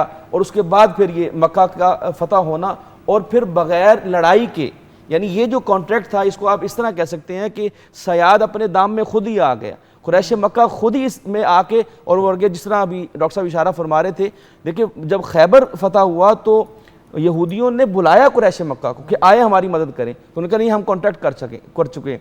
लेकिन जब अल्लाह ताला का अमर होना था और बनु बकर के साथ जब ये मामला हो गया तो उन्होंने इसके इनकार कर दिया, और वो बराअतुम मिनल्लाहि व रसूल, अल्लाह ताला ने सूरह तौबा में फरमाया हम इस कॉन्ट्रैक्ट को इससे बरी हो गए। अल्लाह ताला ने ये कॉन्ट्रैक्ट को कहा कि ये कुफार ने खुद तोड़ दिया है, तो लिहाजा अब इस कॉन्ट्रैक्ट की कोई वैल्यू नहीं रही।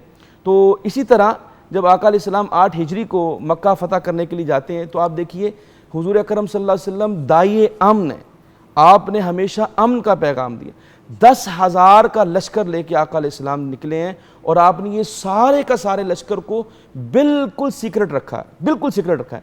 और इस सीक्रेट रखने की एक वजह ये थी कि वो जानते थे कि कुरैश मक्का उनके रिश्तेदार हैं, उनके ख़ानदान के लोग हैं, उनके कबीले के लोग हैं, और वो जानते थे कि वो बदला लेंगे, वो आगे से रजिस्ट करेंगे, वो अपना डिफेंस करेंगे। तो आका अलैहिस्सलाम जानते थे कि खूरेजी ना हो, इसलिए आका अलैहिस्सलाम ने मक्का के सारे सिनेरियो को महफूज रखा और सीक्रेट रखा। लेकिन मक्का में जब मुसलमानों का ये अजीम लश्कर एंटर हुआ, उससे पहले इंस्ट्रक्शंस दी गई थी। मैं चाहूँगी कि वो जिसको हम बड़ी आजकल किताबें आई हुई हैं, art of war and the laws of war strategies, आप अब सुने कि नबी पाक सल्लल्लाहु अलैहि वसल्लम ने क्या रूल्स ले डाउन किए और उन रूल्स को फॉलो किया गया। जी देखिए, बात यह है कि ये जो फ़तह मक्का का मामला है ये बड़ा नाजुक मामला है।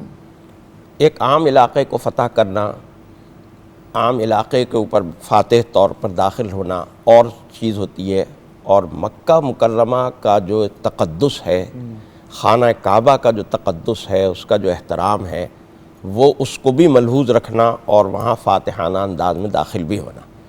लिहाजा रसूलुल्लाह सल्लल्लाहु अलैहि वसल्लम ने सबसे पहली तो स्ट्रैटेजी ये इख्तियार की कि पूरा लश्कर एक जगह से दाखिल नहीं होगा। यानी 10,000 का पूरा लश्कर है, ये यूँ नहीं होगा कि पूरा का पूरा लश्कर एक ही जगह से जो है वो दाखिल हो। मुख्तलिफ़ मकामात से दाखिले के आपने रास्ते तजवीज़ किए कि किसी खालिद बिन वलीद को कहा कि तुम कुदई के मकाम से दाखिल होगे, ख़ुद आप कदा के मकाम से दाखिल हुए, आला मक्का से, एक असफल मक्का से, नीचे के रास्ते से। क्योंकि मक्का जो है ना वो असल में यूँ एक प्याले की शक्ल में है, पूरा एक पहाड़ों के इर्द गिर्द छुपा हुआ शहर है, और यूँ प्याला सा जैसे बन जाता है, इस तरह प्याला बन जाता है, और उसकी सबसे जो गहरी जगह है उसमें खाना काबा है। तो इस तरह से आपने लश्करों को तकसीम किया, और तकसीम करने के साथ साथ ये हिदायत भी की कि ख़ुद से किसी से नहीं लड़ना। कितनी बड़ी बात है, खुद से किसी से नहीं लड़ना। हाँ, अगर तुम्हारे से कोई लड़े, और खालिद बिन वलीद को हिदायत की कि देखो एक जगह पर कुछ लोगों को इकट्ठा किया हुआ है कुरैश मक्का ने, वो शायद तुमसे लड़ाई करें, तो बस सिर्फ उनसे हल्की फुल्की एक झड़प हो जाए तो कोई हर्ज नहीं है, लेकिन ख़ुद से किसी के ऊपर लड़ाई ना करना। जो अपने घर में घुस जाए और घर का दरवाज़ा बंद कर ले उससे ना लड़ना, जो हरम में चला जाए उससे न लड़ना, उसको न मारना, ख़वातीन को, बच्चों को न मारना, किसी के घर में घुस के उसको न मारना, बुजुर्गों का एहतराम करना, हरम का एहतराम करना, ये सारे मामलात समझाए। चुनांचे यही हुआ कि इस अजीम फ़तह के ऊपर 3 मुसलमान शहीद हुए और 10 या 11 लोग जो थे वो कुरैश मक्का के मारे गए। अच्छा, वो मामलात एग्जैक्टली क्या थे डॉक्टर साहब आपसे मैं पूछूंगी, लेकिन उससे पहले आपकी इजाज़त से बढ़ते हैं कलाम की तरफ, अलमास अहमद बट हम आपको सुनते सुनते ब्रेक की तरफ जाएंगे। जी। करम के बादल बरस रहे हैं, दिलों की खेती भरी भरी है, ये कौन आया कि जिक्र जिनका नगर नगर है, गली गली है, ये कौन आया कि जिक्र जिनका, ये कौन बन कर करार आया, ये कौन बन कर करार आया, ये कौन बन के बहार आया, गुलों के चेहरे निखरे निखरे, गुलों के चेहरे निखरे निखरे, कली कली पे शगुफ्तगी है,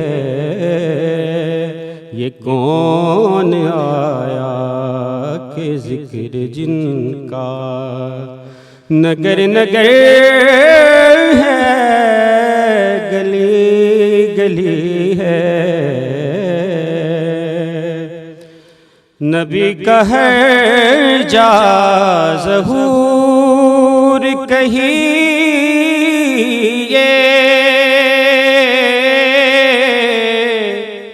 हाँ कहिए कहिए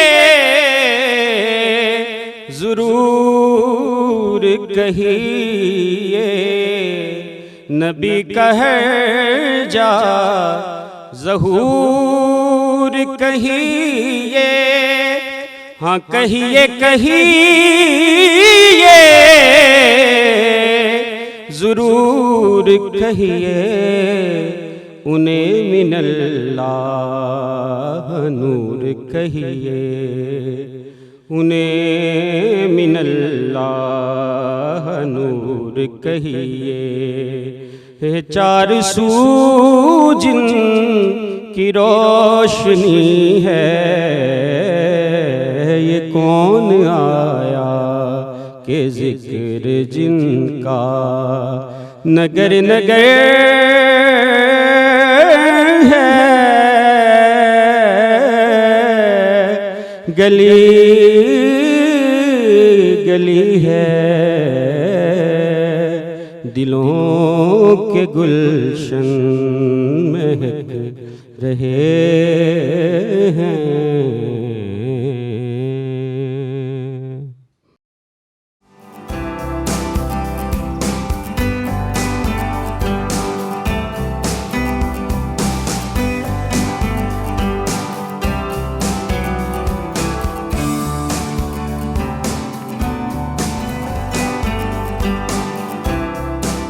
welcome back from the break viewers. हम बात कर रहे हैं फ़तह मक्का की और हमारे साथ बहुत ही ब्रिलियंट पर्सनालिटीज़ हैं। प्रोफेसर डॉक्टर मोहम्मद साद सिद्दीकी हैं, डॉक्टर मोहम्मद वक्कास जाफ़र हैं एंड ऑफ कोर्स हमारे साथ और भी जो टैलेंटेड और बहुत ही ब्रिलियंट सनाख्वां हैं मोहम्मद वसीम नक्शबंदी। अब हमें ज्वाइन किया है ब्रेक के बाद मेरे बड़े प्यारे भाई ने। इनके साथ अक्सर मुलाकात होती रहती है। अगर कभी कोई ऐसा ऑफिशियल इवेंट होस्ट कर रही हूँ नेशनल असेंबली का, तो आपने इनको टेलीविज़न पे भी बड़ी दफ़ा देखा होगा। नेशनल असेंबली के ऑफिशियल नातख्वां हैं आप। मोहम्मद नुमान अरशद गौरी हमारे साथ हैं। अस्सलाम वालेकुम भैया। वालेकुम सलाम वरहमतुल्लाहि वबरकातुहू। Welcome to my home. हमेशा आपकी जगह पे मैं आती हूँ, आज वेलकम टू आवर होम। बहुत शुक्रिया, बहुत शुक्रिया। किस कलाम से शुरुआत करेंगे? मैं रबीउल अव्वल शरीफ की आमद के हवाले से हज़रत मोहम्मद अली ज़हूरी कुसूरी रहमतुल्लाह अलैह का बड़ा खूबसूरत कलाम पेश करता हूँ। फलक के नज़ारों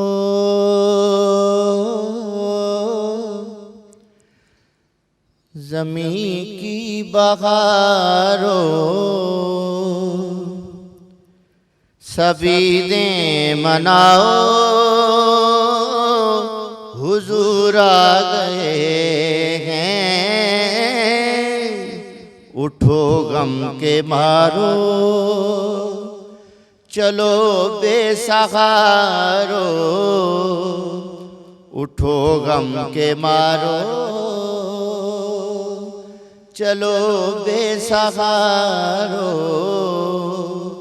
खबर ये सुनाओ हुजूर आ गए हैं, हुजूर आ गए हैं, हुजूर आ गए हैं, हुजूर आ गए हैं, हुजूर आ गए हैं। अनोखा निराला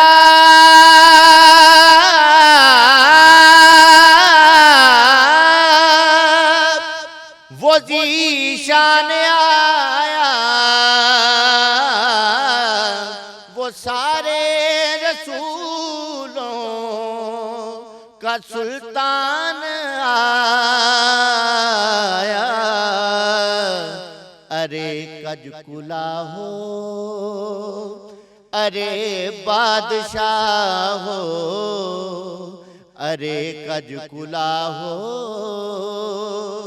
अरे बादशाह हो, निगाहें झुकाओ हुजूर आ गए हैं, अरे कज कुला हो। हुआ चार सू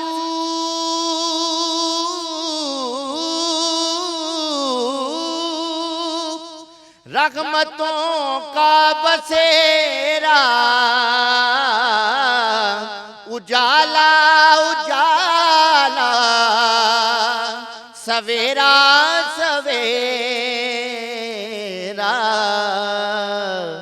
हलीमा को पहुंची खबर आमिना की, मेरे घर में आओ हुजूर आ गए हैं, हुजूर आ गए हैं, हुजूर आ गए हैं, हुजूर आ गए हैं, हुजूर आ गए हैं। सुभान अल्लाह, सुभान अल्लाह, जज़ाकल्लाह। क्या खूबसूरत मीठी आवाज़, माशाल्लाह माशाल्लाह। अल्लाह ज़िंदगी दे, सेहत दे मेरे भाई को। डॉक्टर साहब, फ़तह मक्का, जैसे कि डॉक्टर साहब ने ये बात की तरफ इशारा किया और पॉइंट आउट किया कि जो हम अंग्रेज़ी में कहते हैं कैजुअल्टीज़ ऑफ वॉर, मुसलमानों की भी अल्लाह का शुक्र है कि बहुत कम तादाद में लोग शहीद हुए और दुश्मन को भी एज सच कोई ख़ास नुकसान नहीं हुआ। और ये बड़ी एक अनहर्ड ऑफ बात होती है, जैसे ही आप जंग का या वॉर का नाम सुनते हैं तो आप एटलीस्ट हंड्रेड्स ऑफ लोगों को तो सोचते हैं कि उससे फ़र्क पड़ेगा। जी जी, देखिए सरकार दो आलम सल्लल्लाहु अलैहि वसल्लम ने ये सारा प्लान खुफिया रखा और आका इस्लाम जब मक्का में दाखिल हो रहे थे तो लोगों को तो मालूम ही नहीं था, मक्का वालों को, कि हमारे ऊपर हमला हो चुका है और जो है आका इस्लाम का लश्कर आ चुका है। लेकिन उसके बावजूद आका इस्लाम सब कुछ कर सकते थे। लेकिन आप ये देखिए, हुजूर अकरम सल्लल्लाहु अलैहि वसल्लम ने 15 लोग ऐसे थे जिनको मुबाहुद्दम करार दिया हुआ था, यानी ऐसे लोग जिनको जहाँ मिल जाएँ, ऐनमा कुती लोग तकतीला, कि जहाँ मिल जाए इनको कत्ल कर दिया जाए, ऐसे लोग, क्योंकि वो आका इस्लाम के गुस्ताख थे।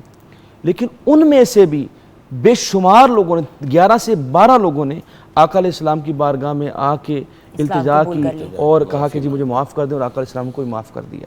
और जब आका इस्लाम मक्का के अंदर दाखिल हो रहे थे, लेकिन तो हज़रत अबू सुफियान को खड़ा कर दिया और जब वो लश्कर देखा, 10,000 का लश्कर जब दाखिल हो रहा था, तो कहा अपना हज़रत अब्बास से, कहने लगे आपके भतीजे का लश्कर तो बड़ा है। आपने कहा ये भतीजे का लश्कर नहीं है, ये किसी बादशाह का लश्कर नहीं है, बल्कि ये रसूलुल्लाह सल्लल्लाहु अलैहि वसल्लम का लश्कर है। और आका अलैहिस्सलाम जब दाखिल हो रहे थे तो इतनी आजिज़ी के साथ कि आका अलैहिस्सलाम की जो कमली थी वो बार बार नीचे गिर रही थी, और हुज़ूर अकरम सल्लल्लाहु अलैहि वसल्लम, और सबसे बड़ी बात, हज़रत उसामा को साथ बिठाया हुआ है, ग़ुलाम के बेटे को साथ बिठाया हुआ है, और दुनिया को पैगाम दे रहे हैं कि आका अलैहिस्सलाम किसी किस्म का कोई तफावत, किसी किस्म का कोई फ़र्क नस्ल इंसानी के अंदर नहीं करते।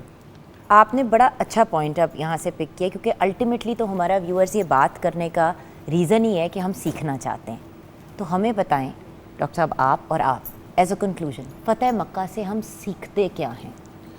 देखिए हमारे लिए as human beings, as human beings and as Muslims क्या पैगाम है?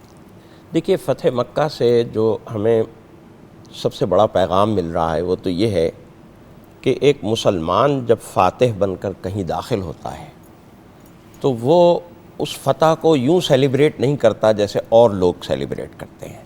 वो खोपड़ियों के मीनार नहीं बनाता, वो तो इस नारे के साथ कि सहाबा में से किसी ने कहा अल-यौम यौमुल मलहमा, हैं, आज तो लड़ाई का दिन है, आज तो मार कुटाई का दिन है। रसूलुल्लाह सल्लल्लाहु अलैहि वसल्लम ने फरमाया नहीं, अल-यौम यौमुल मरहमा, आज रहमतों का दिन है। इसलिए कि फ़ातिह बनकर कौन आ रहा है? रहमतुल लिल आलमीन आ रहे हैं। रहमतुल लिल आलमीन जब फ़ातिह बनकर आते हैं तो फिर रहमतें निछावर करते हैं, फिर वहाँ लड़ाई नहीं होती, वहाँ क़िताल नहीं होता, वहाँ रहमतें होती हैं अल्लाह की। वहाँ पे कैदियों के साथ भी बहुत कैदियों अच्छा के साथ सलूक भी किया बहुत गया उसने था। सलूक हुआ। आपने मक्का मुकर्रमा में दाखिल होने के बाद 8 नवाफिल अदा फरमाए शुक्राने के, और ये सुन्नत जारी हो गई क़यामत तक के लिए कि क़यामत तक अब जो भी मुसलमान फ़ातिह किसी इलाक़े को फ़तह करेगा तो 8 रकात शुक्राने के अदा करेगा। और ये 8 रकातें बाद में सहाबा किराम रिज़वानुल्लाहि अलैहिम अजमईन खुलफ़ाए राशिदीन के दौर में भी ये सुन्नत जारी रही। जो भी इलाक़ा फ़तह होता था सबसे पहले वहाँ जो भी जर्नैल होता था वो 8 रकातें शुक्राने के अदा बहुत अक्सर अब ये भी एक बात है कि जब यूजुअली अगर कोई कामयाबी भी बहुत बड़ी मिलती है तो इसी तरह 8 नवाफिल शुक्राने के पढ़े जाते हैं। यानी ये बताया कि कामयाबी को सेलिब्रेट कैसे करना है, और एक सबक दिया, और आम माफ़ी का ऐलान किया जैसे डॉक्टर साहब भी फरमा रहे थे। और ये आम माफ़ी यूँ कहा, वही अल्फाज कहे जो हज़रत यूसुफ़ अलैहिस्सलाम ने अपने भाइयों को कहे थे, ला तसरीब अलैकुमुल यौम, कि तुम्हारे ऊपर अब कोई दारोगीर नहीं है। लेकिन थोड़ा सा फ़र्क है, हज़रत यूसुफ़ ने अपने भाइयों को माफ़ किया था, रसूलुल्लाह सल्लल्लाहु अलैहि वसल्लम ने अपने दुश्मनों को माफ़ किया। ये माफ़ी होती है असल माफ़ी, ये है माफ़ी का वो तसव्वुर कि जो दुश्मन, फैमिली को तो माफ़ करना बड़ा आसान होता है, लेकिन दुश्मन को माफ़ करना ये बहुत मुश्किल काम होता है, और साफ दिल से। अच्छा, अब ये सबक हमें मिल रहा है कि देखिए, जीतने का, फ़तह का, कामयाबी का ज़ाहिर सिलसिला इज्तिमाई तौर पर भी, इनफरादी तौर पर क़यामत तक लोगों के साथ जारी रहेगा। और ये हमें बतला दिया कि तुम्हें अल्लाह ताला फ़तह देता है, तुम्हें अल्लाह ताला कामयाबी देता है, तो सबसे पहले अल्लाह का शुक्र अदा करो। बिल्कुल, ये ना कहो, ये ना समझो कि ये मेरी सलाहियतों का नतीजा है, ये फ़तह मैंने हासिल की है। ये फ़तह, ये जीत, ये कामयाबी हमें अल्लाह के, अब हम देखते हैं अदालतों में मुकदमे चल रहे हैं और जो फ़रीक जीत जाता है वो उसको कैसे सेलिब्रेट करता है, बिल्कुल खिलाफ सुन्नत है। हमें सुन्नत ने बता दिया कि आज अगर आप किसी फ़रीक के मुकाबले में कोई कामयाबी हासिल करते हैं उसको सेलिब्रेट कैसे करना है। जी डॉक्टर। दूसरी बात ये है जी कि एक शेर का मिसरा है कि जो गालिब आके सुलह कर ले, ये हमारे पैगंबर वो हैं कि देखिए, जब कोई बंदा आके आका अलैहिस्सलाम के मक्की दौर देखिए तो उसके अंदर हुजूर अकरम सल्लल्लाहु अलैहि वसल्लम ने सिर्फ सब्र का हुक्म दिया, लेकिन जब बंदे के पास पावर आ जाए, जब ताकत आ जाए, जब बंदा इख्तियार रखता हो कि वो बदला ले सकता है, पहले तो जब एक बंदा कमज़ोर है तो वो बदला ही नहीं ले सकता, उसने क्या माफ़ करना है। हुजूर अकरम सल्लल्लाहु अलैहि वसल्लम ने आम माफ़ी का ऐलान तब किया जब आका अलैहिस्सलाम ने उनके ऊपर फ़तह हासिल कर ली। तो ये एक पॉइंट है कि हुजूर अकरम सल्लल्लाहु अलैहि वसल्लम की सीरत से हमें ये सबक मिलता है फ़तह मक्का में कि जब आपके पास अल्लाह ताला इख्तियार दे, इक़्तिदार दे, जब आपको ताकत दे, उस वक़्त अपने दुश्मनों को माफ़ करना, उस वक़्त सुलह करना, ये आका अलैहिस्सलाम की सुन्नत है। और ये है हमारी सब। आज जो देखिए ना, अगर आज पूरी दुनिया में इंटरनेशनली देख लीजिए, जो दूसरा मुल्क किसी मुल्क को फतह करता है या किसी तरह किसी पर हमला करता है, तो उसका मकसद ये होता है कि मैं इसको, इस इलाके को ऐसे फतह करूं कि इसके ऊपर ऐसा गालिब आऊं कि इनको तय तय कर दूं, इनको मसमार कर दूं, मिलिया मेट कर दूं।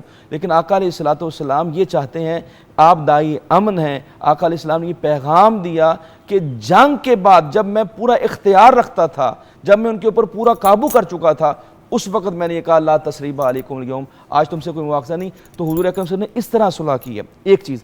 और दूसरी चीज़ ये है कि आका अलैहिस्सलाम ने जो खुतबे इसके अंदर दिए, उसके अंदर इतनी बड़ी बड़ी नसीहतें हैं कि आका अलैहिस्सलाम ने ज़माना जाहिलियत के सारी रसूमात को ख़त्म फरमा दिया और तमाम मुआहिदात को ख़त्म फरमा दिया। और आका अलैहिस्सलाम ने ये फरमाया कि मैं अपने पैरों के नीचे रोंद रहा हूँ, ये तुम्हारी रसूमात जो जाहिलाना रसूमात थी, सिर्फ 2 रसूमात को जारी रखा।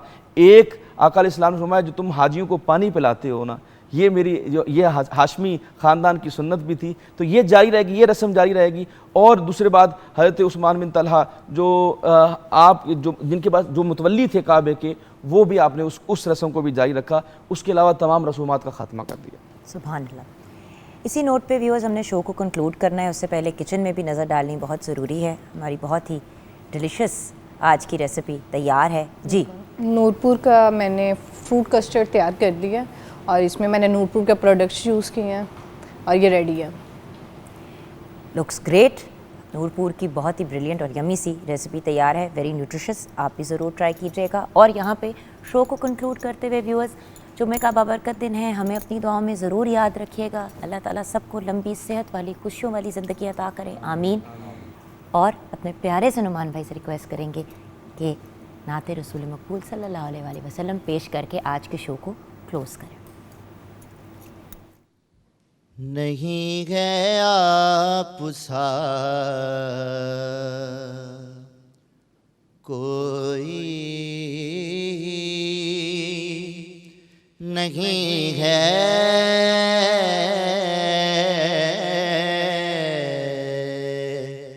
नहीं है आप सा कोई, नहीं है मोहम्मद दूसरा कोई नहीं है।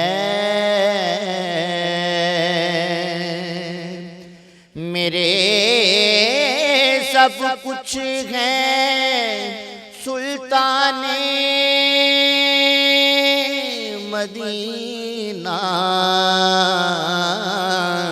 मेरे सब कुछ है सुल्ताने मदीना, मेरा उनके सिवा कोई नहीं है। जो हम जैसे निकम्मों को निभाए, जो हम जैसे निकम्मों को निभाए, बजुज़ तेरे शाह कोई नहीं है। नियाज़ी ठोकरें खाते फिरोगे, नियाज़ी ठोकरें खाते फिरोगे, जो उनसे वास्ता कोई नहीं है।